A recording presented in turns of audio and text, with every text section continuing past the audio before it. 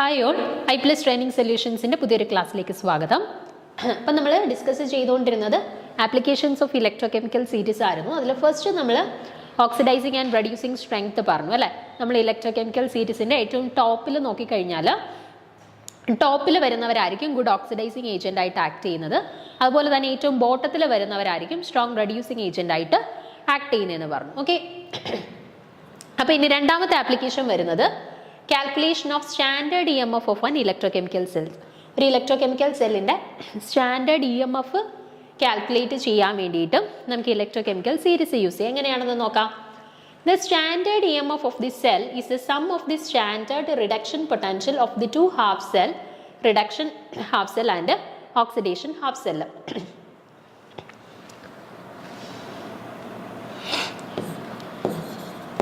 Difference sum ആയാലും ഇവിടെ negative വന്നിട്ട് ഓക്കെ ആവും കേട്ടോ. അല്ലെന്നുണ്ടെങ്കിൽ ഡിഫറൻസ് എന്ന് എഴുതിയാലും ഡിഫറൻസ് എന്ന് എടുത്താൽ മതി കേട്ടോ. അപ്പം രണ്ട് റിഡക്ഷൻ ഹാഫ് സെൽസ് ഉണ്ട് അല്ലേ. ഓക്സിഡേഷൻ ഹാഫ് സെല്ലും ഉണ്ട്, റിഡക്ഷൻ ഹാഫ് സെല്ലും ഉണ്ട് അല്ലേ.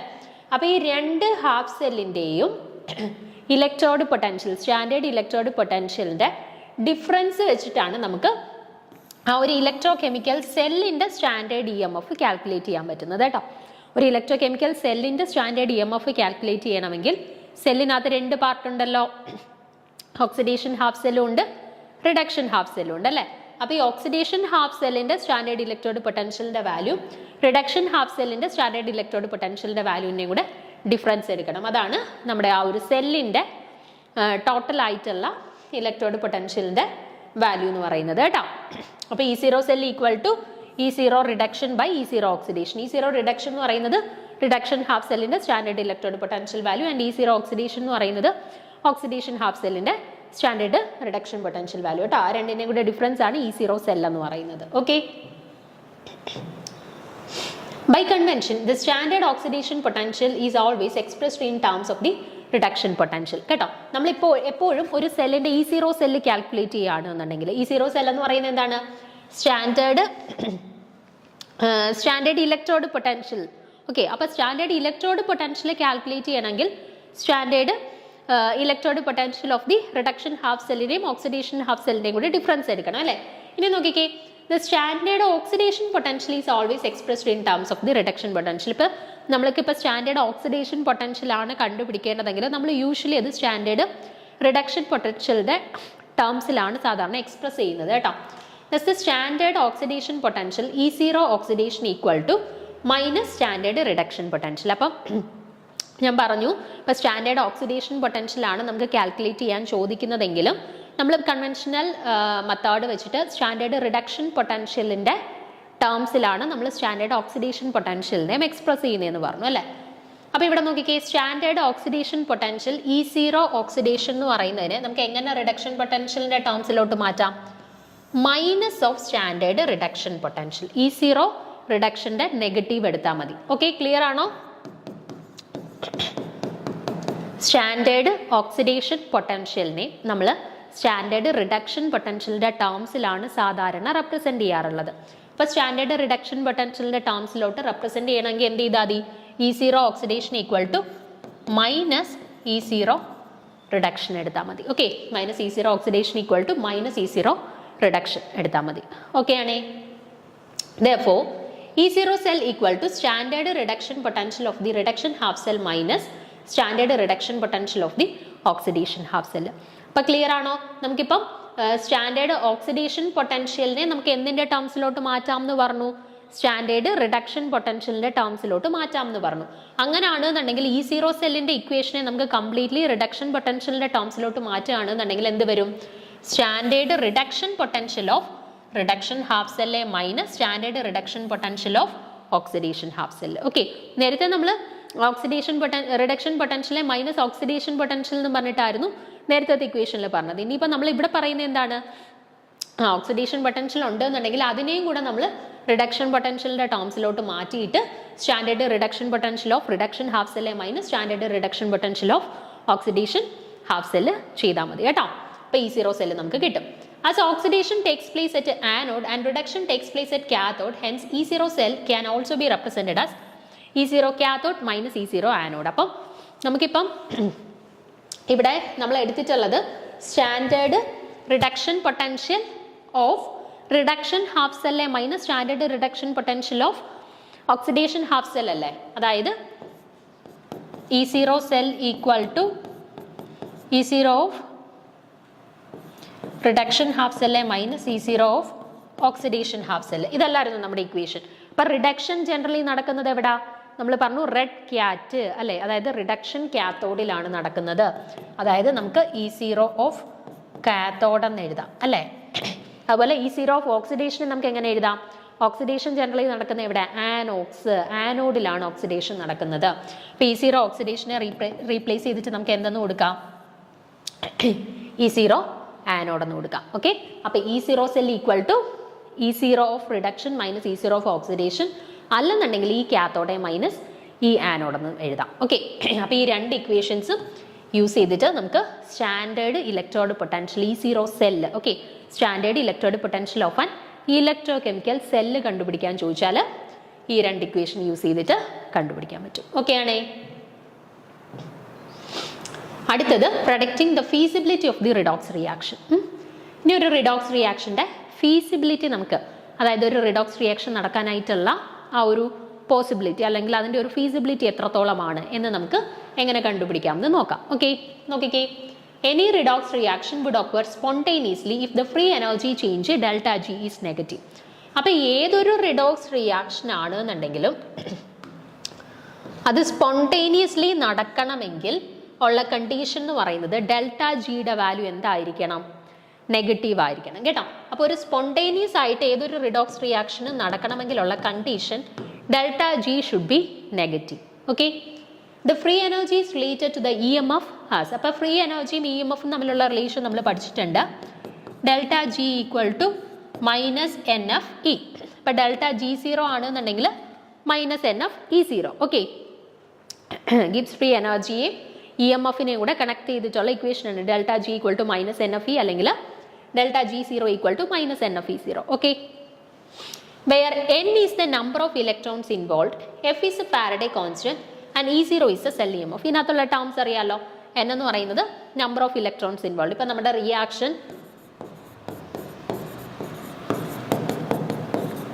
ഇതായിരുന്നു എന്ന് കരുതുക.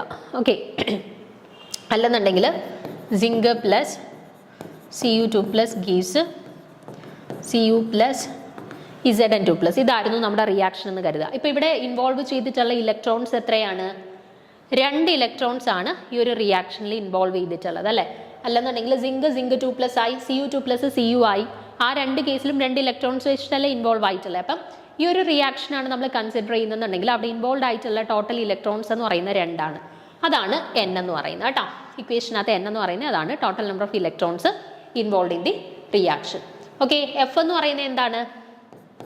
ഫാരഡേ കോൺസ്റ്റന്റ് ആണ്. ഫാരഡേ കോൺസ്റ്റന്റിന്റെ വാല്യൂ 96500 ആണ് കേട്ടോ. ഫാരഡേ കോൺസ്റ്റന്റ് എഫ് എന്ന് പറയുന്നത് ഫാരഡേ കോൺസ്റ്റന്റ്. E0 എന്ന് പറയുന്നത് എന്താണ്?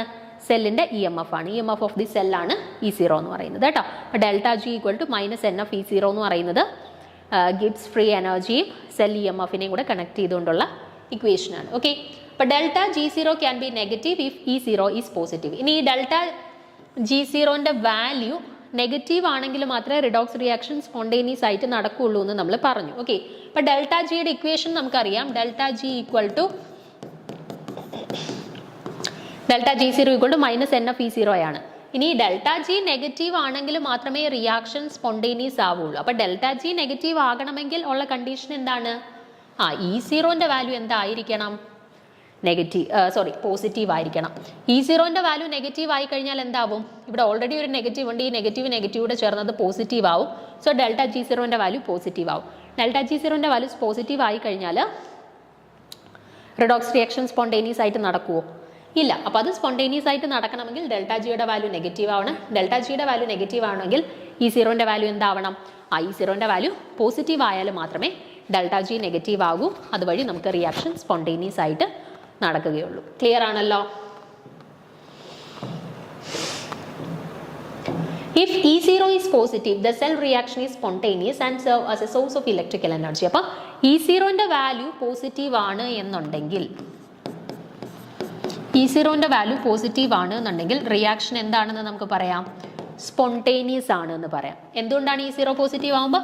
Delta G equal to -NFE ആണ്.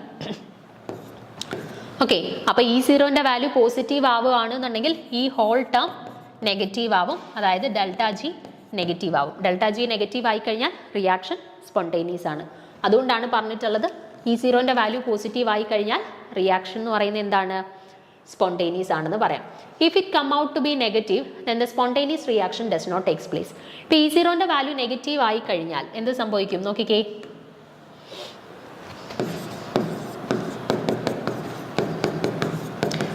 ഇവിടെ E0ന്റെ വാല്യൂ നെഗറ്റീവ് ആയി കഴിഞ്ഞാൽ, ഓക്കെ, E0ന്റെ വാല്യൂ നെഗറ്റീവ് ആയി കഴിഞ്ഞാൽ ഇവിടെ ഈ വാല്യൂ നെഗറ്റീവ്, ഓൾറെഡി ഇവിടെ ഒരു നെഗറ്റീവ് സൈൻ ഉണ്ട്. അപ്പം രണ്ട് നെഗറ്റീവ് കൂടെ ചേർന്നിട്ട് വാല്യൂ അങ്ങ് പോസിറ്റീവ് ആവും അല്ലേ, അതായത് NFE0 എന്നാവും. രണ്ട് നെഗറ്റീവ് കൂടെ ചേർന്ന് കഴിഞ്ഞ് NFE0 എന്നാവും. അപ്പോൾ E0 നെഗറ്റീവ് ആയി കഴിയുന്ന സമയത്ത് നമ്മുടെ റൈറ്റ് ഹാൻഡ് സൈഡ് പോസിറ്റീവ് ആവുന്നു. റൈറ്റ് ഹാൻഡ് സൈഡ് പോസിറ്റീവ് ആയി കഴിഞ്ഞാൽ ഡെൽറ്റ G0ന്റെ വാല്യൂം എന്താവും?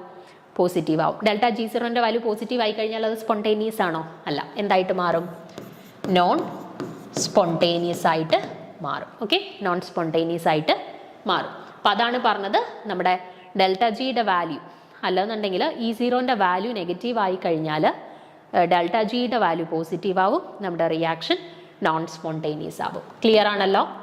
അപ്പം E0ന്റെ വാല്യൂ യൂസ് ചെയ്ത് കഴിഞ്ഞാൽ നമുക്ക് ഫീസിബിലിറ്റി ഓഫ് ദ റിഡോക്സ് റിയാക്ഷനും പ്രഡിക്റ്റ് ചെയ്യാൻ പറ്റും. ഓക്കെ, ഇപ്പോൾ ഇലക്ട്രോകെമിക്കൽ സീരീസ് നോക്കിക്കഴിഞ്ഞാൽ നമുക്ക് E0 വാല്യൂ ഓരോ എലമെൻസിൻ്റെയും കറസ്പോണ്ടിങ് ആയിട്ടുള്ള E0 വാല്യൂ കിട്ടും. ആ E0 വാല്യൂ പോസിറ്റീവ് ആണോ നെഗറ്റീവ് ആണോ എന്നത് നോക്കിയിട്ട് നമുക്ക് ഫീസിബിലിറ്റി ഓഫ് എ റിയാക്ഷൻ, അതായത് റിയാക്ഷൻ സ്പോണ്ടേനിയസ് ആണോ നോൺ സ്പോണ്ടേനിയസ് ആണോ എന്നുള്ള കാര്യങ്ങളൊക്കെ കൃത്യമായിട്ട് പ്രഡിക്റ്റ് ചെയ്യാനായിട്ട് പറ്റും. അപ്പോൾ അതാണ് നമ്മുടെ ഇലക്ട്രോകെമിക്കൽ സീരീസിൻ്റെ മൂന്നാമത്തെ ആപ്ലിക്കേഷനായിട്ട് പഠിക്കാനായിട്ടുള്ളത്. ഓക്കെ, അടുത്ത നാലാമത്തെ ആപ്ലിക്കേഷനാണ് predicting the product of electrolysis. ഇലക്ട്രോളിസിസിൻ്റെ പ്രൊഡക്റ്റ് പ്രഡിക്റ്റ് ചെയ്യാൻ വേണ്ടിയിട്ട് നമുക്കിത് യൂസ് ചെയ്യാനായിട്ട് പറ്റും. എങ്ങനെയാണെന്ന് നോക്കാം. In case 2 or more types of positive and negative ions are present in a solution, during electrolysis, certain metal ions are discharged or liberated at the electrodes in preference to others. ഇപ്പോൾ എന്താ പറഞ്ഞത്? നമുക്ക് എങ്ങനെ product of electrolysis ഇതിൻ്റെ സഹായത്തോടു കൂടി predict ചെയ്യാം എന്നാണ് പറയുന്നത്. അപ്പോൾ in case 2 or more types of positive and negative ions are present in a solution.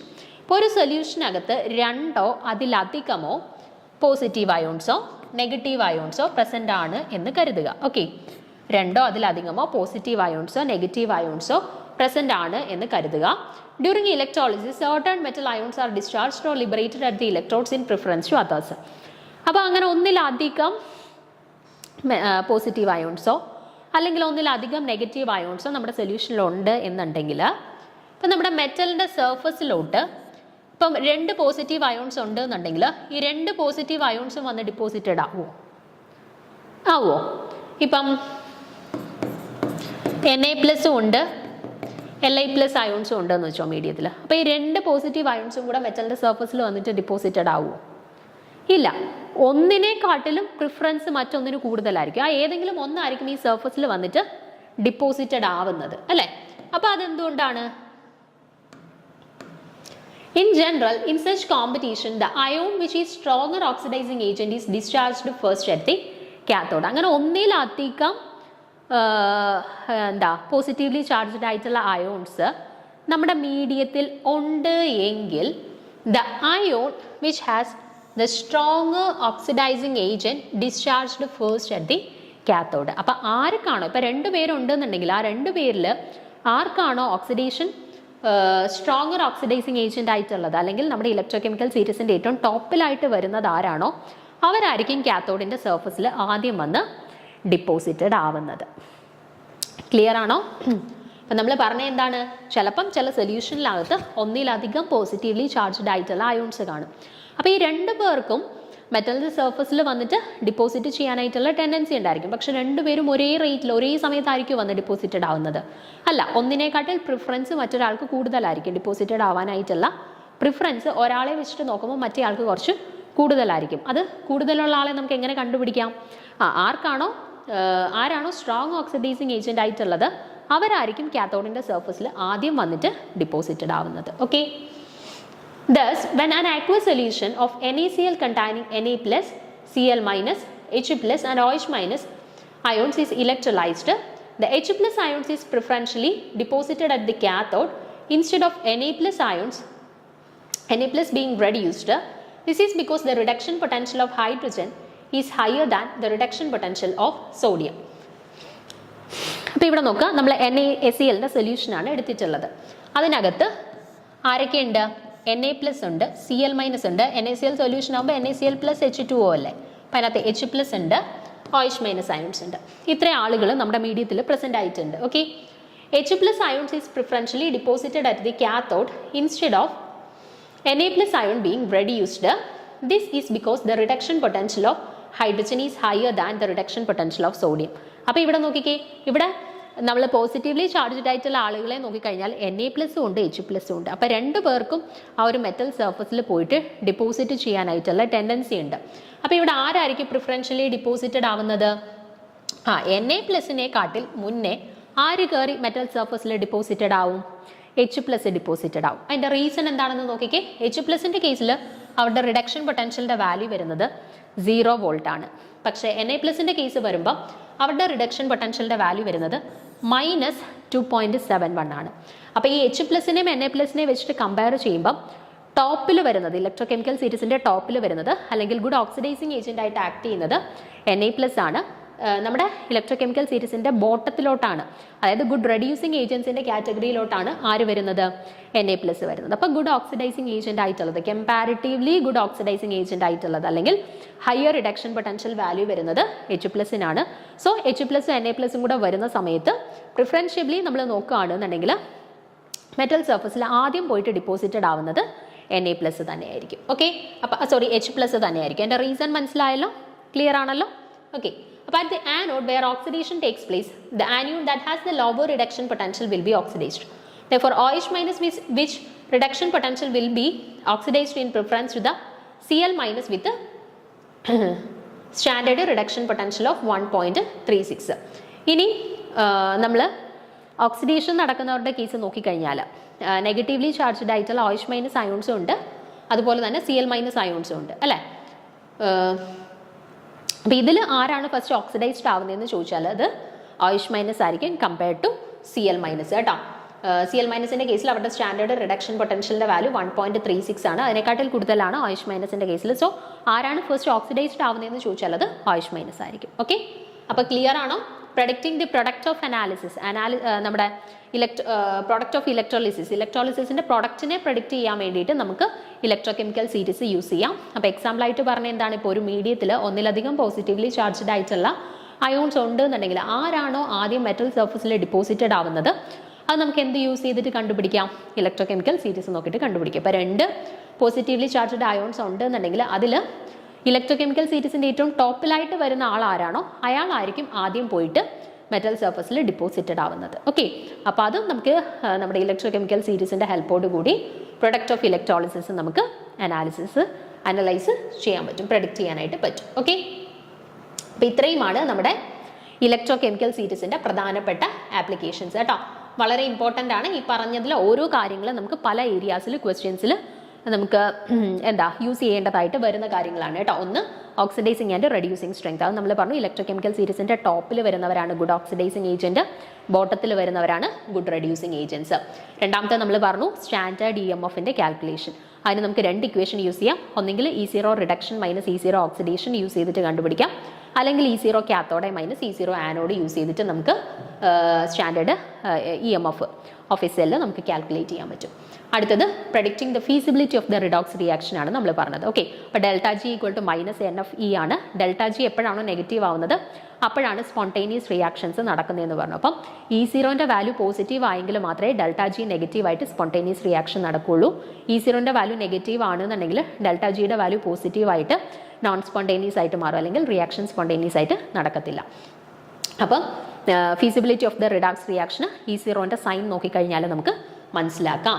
അടുത്ത നമ്മൾ പറഞ്ഞു പ്രൊഡക്റ്റിംഗ് ദ പ്രൊഡക്റ്റ് ഓഫ് ഇലക്ട്രോളിസിസിൻ്റെ പ്രോഡക്റ്റ് പ്രൊഡക്റ്റ് ചെയ്യാൻ നമുക്ക് ഇലക്ട്രോ കെമിക്കൽ സീരീസ് യൂസ് ചെയ്യാം. അപ്പോൾ ഒന്നിലധികം പോസിറ്റീവ്ലി ചാർജ്ഡ് അയോൺസ് നമ്മുടെ മീഡിയത്തിൽ പ്രസൻ്റ് ആയിട്ടുണ്ട് എന്നുണ്ടെങ്കിൽ അതിൽ ഓക്സിഡേഷൻ പൊട്ടൻഷ്യൽ കൂടുതലായിട്ടുള്ളവർ അല്ലെങ്കിൽ നമ്മുടെ ഇലക്ട്രോ കെമിക്കൽ സീരീസിൻ്റെ ഏറ്റവും ടോപ്പിലായിട്ടുള്ളവരായിരിക്കും മെറ്റൽ സർഫസിൽ ആദ്യം പോയിട്ട് ഡിപ്പോസിറ്റഡ് ആവുന്നത്. ഓക്കെ, അപ്പോൾ ഇത്രയും കാര്യങ്ങൾ പ്രഡിക്റ്റ് ചെയ്യാൻ വേണ്ടിയിട്ട് നമുക്ക് അല്ലെങ്കിൽ ഇത്രയും ഏരിയാസിൽ നമുക്ക് ഇലക്ട്രോ കെമിക്കൽ സീരീസിൻ്റെ ആപ്ലിക്കേഷൻ കൊണ്ടുവരാം. ഓക്കെ, അടുത്തത് നാൻസ് ഇക്വേഷൻ. അടുത്ത നമ്മുടെ സിലബസിൽ കൊടുത്തിട്ടുള്ള ടോപ്പിക്കാണ് നാൻസ് ഇക്വേഷൻ. നാൻസ് ഇക്വേഷൻ ഇതുമായിട്ട് അസോസിയേറ്റ് ചെയ്തിട്ട് കുറച്ച് ഇക്വേഷൻസ് ഞാൻ ഇൻക്ലൂഡ് ചെയ്തിട്ടുണ്ട്.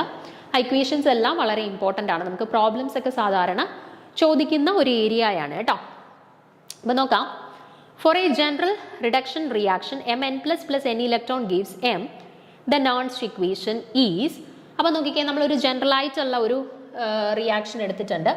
മെറ്റലിനെ ഞാൻ M വെച്ചിട്ട് റെപ്രസെൻറ്റ് ചെയ്തേക്കാം. ഏത് മെറ്റൽ വേണേലും ആവാം. Mn++ n electron gives M. Okay, അപ്പോൾ ഇതാണ് നമ്മളൊരു ജനറൽ ആയിട്ടൊരു റിയാക്ഷൻ എടുത്തിട്ടുള്ളത്. ഈ ഒരു ഇക്വേഷനിൽ നിന്നും നമ്മൾ എന്ത് ചെയ്യാൻ പോവാണ്?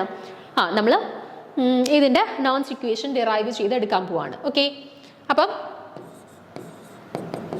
നമ്മൾ പഠിച്ചിട്ടുള്ള ഇക്വേഷനാണ് ΔG = ΔG0 + RT ln Q. Okay, അതിനെ ΔG = ΔG0 + RT ln product by reactant ആണ്. Q എന്ന് പറയുന്നത് concentration of product by concentration of reactant ആണ്. അപ്പോൾ ഇവിടെ കോൺസെൻട്രേഷൻ ഓഫ് പ്രൊഡക്റ്റ് എന്ന് പറയുന്നത് concentration of MA by reactant എന്ന് പറയുന്നത് കോൺസെൻട്രേഷൻ ഓഫ് Mn+ ആണ്. ഓക്കെ, പക്ഷേ concentration of metal in the solid state, ഇത് സോളിഡ് സ്റ്റേറ്റിലുള്ള മെറ്റലാണ് അല്ലേ. അപ്പോൾ concentration of metal in solid state എന്ന് പറയുന്നത് ജനറലി 1 ആയിട്ടാണ് നമ്മൾ എടുക്കാറുള്ളത്. അപ്പോൾ നമ്മുടെ ഇക്വേഷൻ എങ്ങനെ മാറും?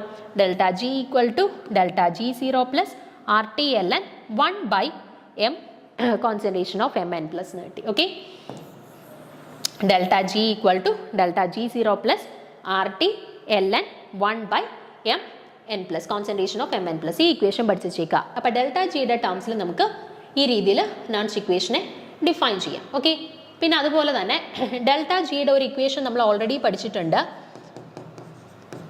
EMFനെയും ΔGനെയും കൂടെ കണക്ട് ചെയ്യുന്ന ഇക്വേഷനാണ് ΔG = -NFE. ഇനി ΔG0 ആണെന്നുണ്ടെങ്കിലോ -NFE0 എന്ന് വരും. അപ്പം നമ്മുടെ ഇക്വേഷൻ, നമുക്ക് കിട്ടിയ ഇക്വേഷൻ ഇതായിരുന്നു. ΔG = ΔG0 + RT/NF ln 1/ concentration of Mn+, അല്ലേ. അപ്പോൾ ഇവിടെ ΔGയുടെ സ്ഥാനത്ത് നമുക്ക് -NFE എന്നും കൊടുക്കാം. ΔG0ൻ്റെ സ്ഥാനത്ത് -NFE0 എന്നും കൊടുക്കാം. Okay, plus RT/NF ln 1/ concentration of Mn+ എന്ന് കിട്ടി. ഓക്കെ, ഡൗട്ടൊന്നും ഇല്ലേ?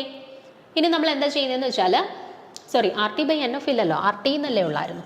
ΔG = ΔG0 + RT ln 1/Mn+ എന്നല്ലായിരുന്നു equation. ഇനി എന്താ ചെയ്യുന്നതെന്ന് വെച്ചാൽ, നമുക്ക് ഈ ഹോൾ ഇക്വേഷനെ NF വെച്ചിട്ടൊന്ന് ഡിവൈഡ് ചെയ്യാമേ. -NF വെച്ചിട്ട് ഹോൾ ഇക്വേഷനെ നമുക്കൊന്ന് ഡിവൈഡ് ചെയ്യാം. -NF ഇവിടെയും -NF ഹോൾ ഇക്വേഷനെ നമ്മൾ -NF വെച്ചിട്ട് ഡിവൈഡ് ചെയ്തു. അപ്പോൾ ഈ -NF കൂടെ പോയിട്ട് ബാക്കി ഇവിടെ -NF -NF കൂടെ പോയിട്ട് E0, ഇവിടെ പ്ലസും മൈനസും കൂടെ ചേർന്നിട്ട് മൈനസായി RT/NF ln 1/ concentration of Mn+ എന്ന് കിട്ടി. ഓക്കെ, അപ്പോൾ ഇതിനെ നമ്മൾ റീഅറേഞ്ച് ചെയ്ത സമയത്ത് നമുക്ക് ഇക്വേഷൻ എങ്ങനെ കിട്ടി?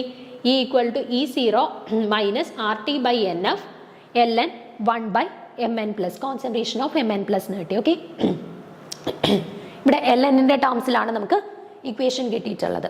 അതിനെ നമുക്ക് ലോഗിൻ്റെ ടേംസിലോട്ടൊന്ന് മാറ്റി നോക്കാം. അപ്പോൾ എങ്ങനെ മാറും? E = E0 - lnനെ ലോഗിലോട്ട് മാറ്റാനായിട്ട് 2.303 വെച്ചിട്ട് മൾട്ടിപ്ലൈ ചെയ്തു. RT/NF log 1/ concentration of Mn+ എന്ന് കിട്ടി. ഓക്കെ, അപ്പോൾ E = E0 - 2.303 RT/NF log 1/ concentration of Mn+ എന്ന് കിട്ടി. ഓക്കെ, ഡൗട്ടൊന്നും ഇല്ല ഇതിൽ. ഇനി ഇവിടെ നമ്മൾ സ്റ്റാൻഡേർഡ് കണ്ടീഷൻസ് അപ്ലൈ ചെയ്യാൻ പോവാണ്. അതായത് ടെമ്പറേച്ചർ നമ്മൾ 25 ഡിഗ്രി സെൽഷ്യസ് ആയിട്ട് കൺസിഡർ ചെയ്യുന്നു. 25 ഡിഗ്രി സെൽഷ്യസ് എന്ന് പറഞ്ഞാൽ 298 കെൽവിൻ. ഓക്കെ, എഫിൻ്റെ വാല്യൂ നമുക്കറിയാം. ഫാരഡേ കോൺസ്റ്റന്റിൻ്റെ വാല്യൂ എന്ന് പറയുന്നത് 9650 കൂളംബാണ്. ഓക്കെ, അതുപോലെ ഗ്യാസ് കോൺസ്റ്റന്റ് ആറിൻ്റെ വാല്യൂ എന്താണ്? 8.314 ആണ്. ഓക്കെ, അപ്പോൾ ഇത്രയും വാല്യൂസ് നമ്മളിവിടെ സബ്സ്റ്റിറ്റ്യൂട്ട് ചെയ്ത് കഴിയുമ്പോൾ, അതായത് ഇവിടെ ആറിന് 8.314, ടെമ്പറേച്ചറിന് 298, ഫാരഡേക്ക് 96500, ഇത്രയും വാല്യൂസ് സബ്സ്റ്റിറ്റ്യൂട്ട് ചെയ്ത് കഴിയുമ്പോൾ ഈ ഇക്വേഷൻ നമുക്ക് സിംപ്ലിഫൈ ചെയ്തിട്ട് എങ്ങനെ കിട്ടും? E equal to E0 minus 0.059/n into log 1/mn plus എന്ന് കിട്ടും. ഓക്കെ, അപ്പോൾ ഒരു general equation m n plus plus n electron gives m solid. ഈ ഒരു ഇക്വേഷൻ്റെ കറസ്പോണ്ടിങ് ആയിട്ടുള്ള നോൺസ്റ്റ് ഇക്വേഷൻ നമുക്ക് എങ്ങനെ കിട്ടി? ഇപ്പം E equal to E0 minus 0.059/n into log 1 concentration of mn plus കിട്ടി. ഓക്കെ, ഇത് ഇമ്പോർട്ടൻ്റ് ആയിട്ടുള്ള ഇക്വേഷൻ ആണ്, നോൺസ്റ്റ് ഇക്വേഷൻ കാണാതെ പഠിച്ചു വെച്ചേക്കുക. E equal to E0 minus 0.059/n into log 1 concentration of mn plus. ഇത് ജനറൽ ഇക്വേഷൻ ഇതായിട്ട് എടുക്കുന്ന കേസിലുള്ളതാണേ. നോൺസ്റ്റ് ഇക്വേഷൻ ഈ രീതിയിൽ നമുക്ക് റെപ്രസെൻറ്റ് ചെയ്യാം. ഓക്കെ, ഇനി നമുക്ക് relationship between EMF of the cell and its concentration, സെല്ലിൻ്റെ EMFും കോൺസെൻട്രേഷനും തമ്മിലുള്ള റിലേഷൻ ഒന്ന് നോക്കാം. The potential of the electrode നോക്കിക്കേ, നമുക്ക് EMF ഓഫ് ദി സെല്ലും കോൺസെൻട്രേഷനും തമ്മിലുള്ള റിലേഷൻ ഒന്ന് നമ്മൾ പറഞ്ഞു, അത് mn plus plus n electron gives m general ഇക്വേഷനായിട്ട് എടുക്കുന്ന, ജനറൽ റിലേഷനായിട്ട് എടുക്കുന്ന കേസിലാണ് E equal to E0 minus 0.059/n into log 1 concentration of mn plus എന്ന് കിട്ടിയത്. അപ്പം ജനറൽ ആയിട്ട് ഉള്ള ഒരു റിയാക്ഷൻ നമ്മൾ കൺസിഡർ ചെയ്യണം. അതായത് ഇപ്പോൾ zinc plus Cu2 plus gives Cu plus Zn2 plus അങ്ങനെയുള്ള ഒരു റിയാക്ഷനാണ് നമ്മൾ കൺസിഡർ ചെയ്യുന്നുണ്ടെങ്കിൽ അവരുടെ കേസിൽ ഇലക്ട്രോഡ് പൊട്ടൻഷ്യൽ ഈ സെല്ല് കൺസിഡർ ചെയ്യാനായിട്ട്, കാൽക്കുലേറ്റ് ചെയ്യാനായിട്ട് നമ്മൾ യൂസ് ചെയ്യുന്ന ഇക്വേഷൻ ഇതാണ്.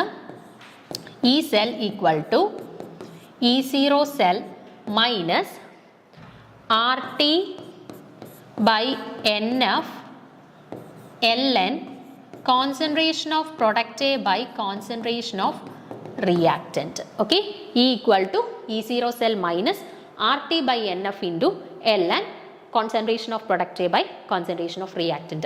ഇവിടെ നമുക്ക് ln നെ മാറ്റി ലോഗിൻ്റെ ടേംസിലോട്ട് മാറ്റണമെങ്കിൽ ഇക്വേഷൻ എങ്ങനെ വരും? E cell equal to E0 cell minus 2.303 RT by NF log concentration of product A by concentration of reactant എന്ന് വരും. ഓക്കെ ആണേ. ഇനി നമുക്ക് ആറിൻ്റെ value 8.314, temperature 298 kelvin, F Faraday കോൺസ്റ്റന്റിൻ്റെ വാല്യൂ 96500. ഇത് സബ്സ്റ്റിറ്റ്യൂട്ട് ചെയ്ത് കഴിയുകയാണെന്നുണ്ടെങ്കിൽ നമുക്ക് ഇക്വേഷൻ എങ്ങനെ എഴുതാം? E cell equal to E0 cell minus നമ്മൾ 2.303 into 8.314 into 298 divided by n into 96500. Substitute ചെയ്യുമ്പോൾ നമുക്ക് എന്ത് കിട്ടും? 0.059/n log concentration of product by concentration of reactant എന്ന് കിട്ടും. ഓക്കെ, അപ്പോൾ ഈ ഇക്വേഷൻ വളരെ ഇമ്പോർട്ടൻ്റ് ആണ്. നമ്മൾ നേരത്തെ ഡെൽറ്റ ജിയുടെ ടേംസിൽ നിന്നും കണ്ടുപിടിച്ചില്ലേ, 1 കോൺസെൻട്രേഷൻ ഓഫ് mn പ്ലസിൻ്റെ ടേംസിൽ കണ്ടുപിടിച്ചില്ലേ, അതുപോലെ തന്നെ വളരെ ഇമ്പോർട്ടൻ്റ് ആണ്. E equal to E0 minus 0.059/n into log concentration of product by concentration of reactant കേട്ടോ. അപ്പോൾ ആ ഇക്വേഷനാണിത്. ഇവിടെ ഞാൻ lnൻ്റെ ടേംസിലാണ് എഴുതിയിട്ടുള്ളത്, അത് ലോഗിൻ്റെ ടേംസിലോട്ട് മാറ്റിയിട്ടുള്ള ഇക്വേഷനാണ്. ഇതും കൂടെ നോട്ട് ചെയ്ത് വെച്ചേക്കുക കേട്ടോ. ഇനി ഇവിടെ പ്രൊഡക്റ്റ് ബൈ റിയാക്റ്റന്റിന് പകരം നമുക്ക് റെഡ്യൂസ്ഡ് ബൈ ഓക്സിഡേഷൻ, ആർക്കാണോ റെഡ്യൂസ്ഡ് ആയത് ബൈ ആരാണോ ഓക്സിഡൈസ്ഡ് ആയത് അവരുടെ ടേംസിലും കോൺസെൻട്രേഷൻ നമുക്ക് റീപ്ലേസ് ചെയ്ത് എഴുതാൻ പറ്റും കേട്ടോ. അപ്പോൾ ഈ രണ്ട് ഇക്വേഷനും ഒന്ന് നോക്കി വെച്ചേക്കാം കേട്ടോ, വളരെ ഇമ്പോർട്ടൻ്റ് ആണ്, നമുക്ക് പ്രോബ്ലംസ് ചോദിക്കുന്നതാണ്. ഇനി ഇതുമായിട്ട് റിലേറ്റ് ചെയ്തിട്ട് കുറച്ച് കാര്യങ്ങളൂടെ പറയാനുണ്ട്, അത് നമുക്ക് ഡീറ്റെയിൽ ആയിട്ട് അടുത്ത ക്ലാസ്സിൽ നോക്കാം. Okay, thank you.